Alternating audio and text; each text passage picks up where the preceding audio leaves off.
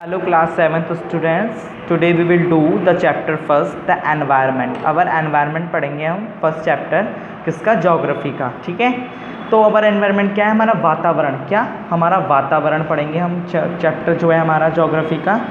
तो देखते हैं, चलिए फर्स्ट चैप्टर के कुछ की टर्म्स देखते हैं। पहले एनवायरनमेंट है हमारा surrounding in which human being exist. Environment वो जिसमें जो सराउंडिंग हमारे जो चारों तरफ ह्यूमन बीइंग के जो चारों तरफ जो भी कुछ है वो क्या है, एनवायरनमेंट। नेचुरल एनवायरनमेंट वो है जो क्या क्या हमारी जो धरती है, ओशंस हैं, जितने भी हमारा पानी जो चारों तरफ हमारा पानी है और धरती है उसे हम कहेंगे नेचुरल एनवायरनमेंट। एबायोटिक वो है, एबायोटिक जिसमें लाइफ नहीं होती। क्या इसमें लाइफ नहीं होती, जैसे जो एनवायरनमेंट जिसके अंदर लैंड, एयर, वाटर इसमें इंक्लूड होते हैं।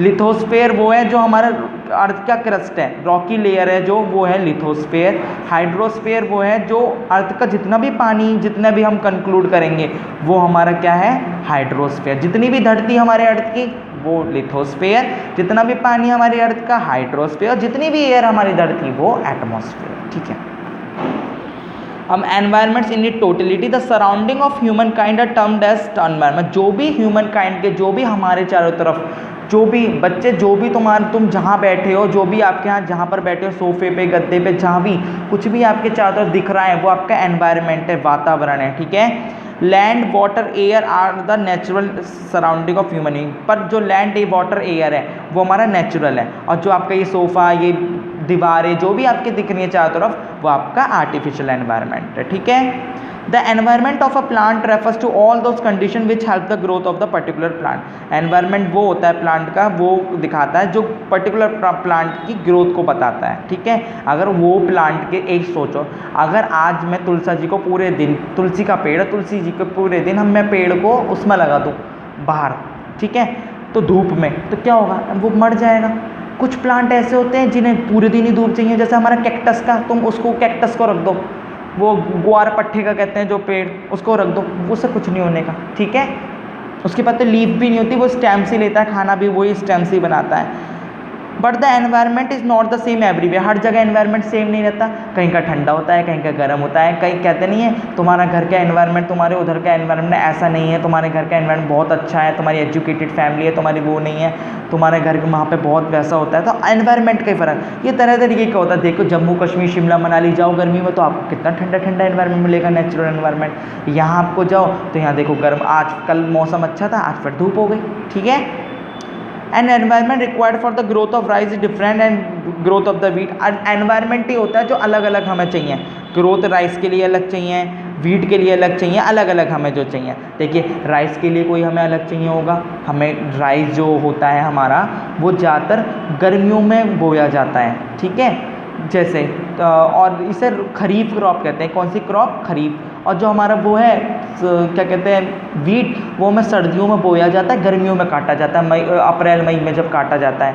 तो वही है, आपको पता है जो वर्ल्ड एनवायरनमेंट डे है वो 5 जून को मनाया जाता है। कब, 5 जून को वर्ल्ड एनवायरनमेंट डे मनाया जाता है। ठीक है, it has been observe that the environment condition in Punjab are suitable for production. कहीं का देखिए, कहीं का जो एनवायरनमेंट है वो कुछ किसी चीज़ के लिए सुटेबल है, कहीं का एनवायरनमेंट किसी चीज़ के लिए सुटेबल है। देखिए जैसे पंजाब में सबसे ज़्यादा सुटेबल एनवायरनमेंट वीट के लिए, गेहूँ वहाँ पे बहुत अच्छा उगता है। उत्तर प्रदेश हमारे गन्ने के लिए बहुत अच्छा है, यहाँ गन्ना बहुत अच्छा उगता है। वो वाला एनवायरनमेंट जो है, देखिए आप, अगर आप एक चीज़ सोचो, जैसा जैसा जहाँ का एनवायरनमेंट होता है वहाँ पे एनिमल और प्लांट भी वहीं मिलते हैं। अगर आप कैमल को वहाँ पे छोड़ आए, क्या कहते हैं, शिमला मनाली, तो वो वहाँ मर जाएगा।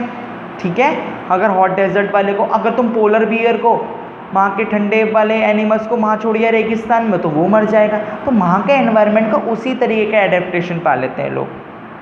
ठीक है, on the other hand they are not so favorable in desert area or tundra region. Environment is sometimes divided into two parts. हम एनवायरनमेंट को 2 पार्ट्स में बांटते हैं, एक तो नेचुरल एनवायरनमेंट, एक ह्यूमन एनवायरनमेंट। नेचुरल एनवायरनमेंट वो है आपका एयर, वाटर, सनलाइट जो भी है वो आपका क्या है, नेचुरल एनवायरनमेंट, प्लांट, एनिमल। और ह्यूमन एनवायरनमेंट जो आपकी रोड, बिल्डिंग, जो भी आपने अपने हाथ से खुद, गाड़ी, मोटरसाइकिल, जो भी आपकी कुछ भी है या आर्टिफिशियल, वो आपका human environment. Environment and it types. अब एनवायरनमेंट पढ़ेंगे और उसके टाइप्स पढ़ेंगे। एनवायरनमेंट के क्या क्या टाइप्स होते हैं, नेचुरल एनवायरनमेंट।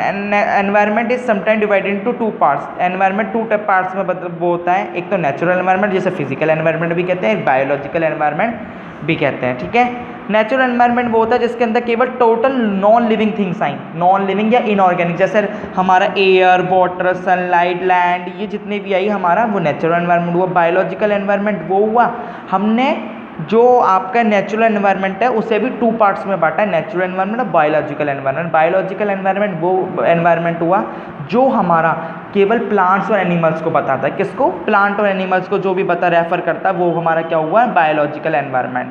ठीक है, ये हमारा बायोलॉजिकल एनवायरनमेंट भी 3 चीज़ों में, जो हमारा अर्थ है वो भी 3 हिस्सों में बांटी गई है। लिथोस्फीयर, अभी हमने जो पढ़ा था लिथोस्फीयर, हाइड्रोस्फीयर, एटमॉस्फेयर। अब हम 3 अर्थ को जो है हम बांटते हैं। लिथोस्फीयर जो है वो ग्रीक वर्ड है, उसका निकला है स्टोन। लिथोस से क्या निकला है? ग्रीक वर्ड से stone. The sphere of stone refers to a rocky crust of the earth. जो स्फीयर है स्टोन का वो हमारा क्रस्ट का रॉकी पार्ट है। क्या? पथरी पार्ट जो है हमारे अर्थ का वो हमारा स्फीयर ऑफ स्टोन है। It extend up to 100 kilometre depth in zone. ये अर्थ के 100 किलोमीटर नीचे तक जाता है। ठीक है, वे लाइफ कैन नॉट सर्वाइव, जहाँ लाइफ सर्वाइव हम जी नहीं सकते। अगर तुम 100 किलोमीटर नीचे चले जाओगे धरती के तो कहाँ तुम जी लोगे? वहाँ पे नहीं जी पाओगे ना। The life sustaining zone of earth is called sial. जो लाइफ जिस पे है वो केवल सियाल है। सियाल की जो हम फुल फॉर्म कहते हैं सिलिका और एल्युमिनियम, जहाँ पर सिलिका और एल्युमिनियम पाया जाता है। और जो हमारे जहाँ पर ओशन, अब पानी जो है हमारा ओशन, और जहाँ पर समुद्र है, जो समुद्र का पानी भी तो किसी धरती पर लटका हुआ होगा, किसी पर बैठा हुआ होगा। जो जिस पर पानी वो टिका हुआ है उसे हम कहते हैं ओशन बेसिन। ओशन का जो जिस पर बेस है, जिस पर पानी ऊपर बैठा, जिस पर पानी टिका हुआ है, ठीक है, वो उसे कहते हैं सीमा। सीमा से क्या आता है? सिलिका और मैग्नीशियम।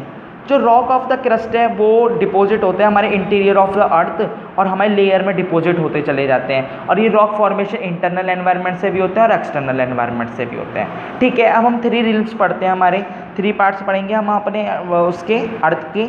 जो हाइड्रोस्फीयर है वो sphere of the water surrounding the earth is called hydrosphere. जो भी चारों तरफ पानी है हमारी अर्थ के उसे हाइड्रोस्फीयर कहेंगे। जैसे वाटर बॉडी जो फाउंड हो रही है हमारी, जैसे ओशन की, रिवर्स की, लेक्स की, पॉन्ड्स की, जितने भी ग्लेशियर्स हैं वो सब हमारे ओशंस में आएंगे। They supply water vapours to atmosphere through evaporation. ये वाटर वेपर क्या होता है?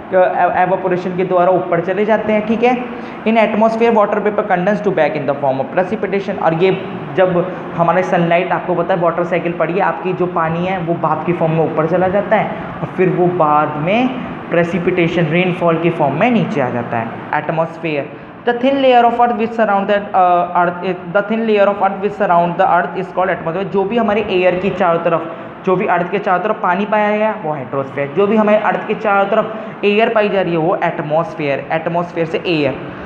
एटमॉस्फेयर कंसिस्ट ऑफ एयर, जिसमें हमारी नाइट्रोजन है वो 78 सबसे ज़्यादा नाइट्रोजन पाई जाती है। ऑक्सीजन 20.9% पाई गई। देखो कम हो गया, पहले 21 को कुछ करीब था, अब कम हो गई हमारी ऑक्सीजन। कार्बन डाइऑक्साइड हमारी 0.03% है। अदर गैसेस हमारी कुछ जो भी आर्गन वार्गन जिनॉन जितनी भी है हमारे 0.07% है। Atmosphere is a layer called ozone layer. Atmosphere पे एक ओजोन लेयर होती है जो हमारी सन से अल्ट्रावायलेट रेज निकलती हैं, वो बड़ी हार्मफुल होती हैं। अगर ओजोन लेयर ख़त्म हो गई, अब आप देखो आप कितना पॉल्यूशन फैला रहे हो, अगर ओजोन लेयर ख़त्म हो गई ना तो हमारी ज़िंदगी सब खत्म हो जाएगी एक तरीके से। क्यों? क्योंकि अल्ट्रावायलेट रेज आएगी हमारी बॉडी पे पड़ेगी। अब कैंसर क्यों हो रहे हैं जल्दी जल्दी लोग? आप तुम देखो हमारे हर इंसान के 10वें इंसान या 20वें इंसान में कैंसर पाएगा। क्यों? क्योंकि ओजोन अल्ट्रावायलेट रेज हमारे सीधे अटैक कर रही है। ओजोन लेयर ख़त्म होती जा रही है, पॉल्यूशन खत्म हो रहा है, ओजोन लेयर संभाल नहीं पा रही। ओजोन लेयर में अगर एक पिन्नी है उसके अंदर तुम 1 किलो चीनी ला रहे हो, अब वो 1 किलो चीनी तक संभाल पाएगी ना? अब उसके अंदर तुम 2 या 3 किलो भर दोगे तो फट जाएगी। ऐसी ओजोन लेयर वो उसकी बस मात्रा थी कम ओजोन लेयर की कार्बन डाइऑक्साइड लेने की। अब तुम उसमें पॉल्यूशन के द्वारा एसी चला रहे हो, रेफ्रिजरेटर चला रहे हो, तो धीरे धीरे उसकी मात्रा वो होती जा रही है, जिससे वो ख़त्म होती जा रही है ओजोन लेयर। तो इससे कैंसर होते जा रहे हैं, स्किन प्रॉब्लम हो रही है। बायोस्फीयर वो है जो भी हमारा नैरो बेल्ट है, अर्थ एक तरीके से है, हम तीनों से कनेक्ट हैं, लैंड, एयर, वाटर। अगर देखिए लैंड नहीं होगा तो भी नहीं जी पाएंगे, वाटर नहीं होगा वो तो भी नहीं जी पाएंगे, एयर भी नहीं हो पाएगा तो भी नहीं। ये तीनों को कंसिस्ट करके हम बायोस्फीयर कहते हैं। लैंड, एयर, वाटर जो तीनों एक बेल्ट की तरह हैं, ठीक है। अगर ये तीनों में से कुछ भी नहीं होता, narrow belt of living organism, both plants और एनिमल, जो नैरो बेल्ट है लिविंग ऑर्गेनिज्म, वो भले से प्लांट हो या एनिमल हो, तीनों चीज़ की ज़रूरत है, लैंड, एयर की भी, वाटर की भी, और एयर, वाटर और लैंड तीनों की ज़रूरत है, उसे ही हम बायोस्फीयर कहते हैं। दस इंक्लूड इसमें तीनों चीज़ें आती है, एटमॉस्फेयर भी, लिथोस्फेयर भी और हाइड्रोस्फेयर भी। The narrow belt of the biosphere make it possible of millions of beings और ये बोथ प्लांट टू सर्वाइव। अगर ये नैरो बेल्ट में कुछ भी प्रॉब्लम आ गई ना, अगर एयर खत्म हो गई तो भी मर जाएंगे, वाटर खत्म होगा तो भी मर जाएंगे और लैंड खत्म होगा तो भी मर जाएंगे, ठीक है। तो ये सर्वाइव करने के लिए तीनों एक तरीके से, बायोस्फीयर वो बहुत इंपॉर्टेंट है हमारे एनवायरनमेंट के लिए और सबसे ज़्यादा यूनिक फीचर है हमारी प्लैनेट का, ठीक है। सबसे अगर यही तीनों चीज़ में, ये तीनों एक तरीके से सिस्टर मानो, एटमॉस्फेयर, लिथोस्फेयर, हाइड्रोस्फेयर को तीनों सिस्टर मानो। अगर तीनों भाई हैं या सिस्टर, तीनों बहनें या तीनों भाइयों में कुछ भी प्रॉब्लम आ गई तो कोई भी नहीं जी पाएगा, ठीक है। तो इन तीनों भाइयों को एक मिला के क्या कहते हैं, बायोस्फीयर, ठीक है। वो लिविंग ऑर्गेनिज्म जो भी है उनके लिए ज़रूरी है, ठीक है। आज के लिए बस इतना ही। ह्यूमन चैप्टर हम अगले लेक्चर में पढ़ेंगे और ह्यूमन एनवायरनमेंट हम अगले चैप्टर में पढ़ेंगे, और जो भी इसमें प्रॉब्लम आई हो आप मुझसे पूछ सकते हैं, ठीक है। Thank you.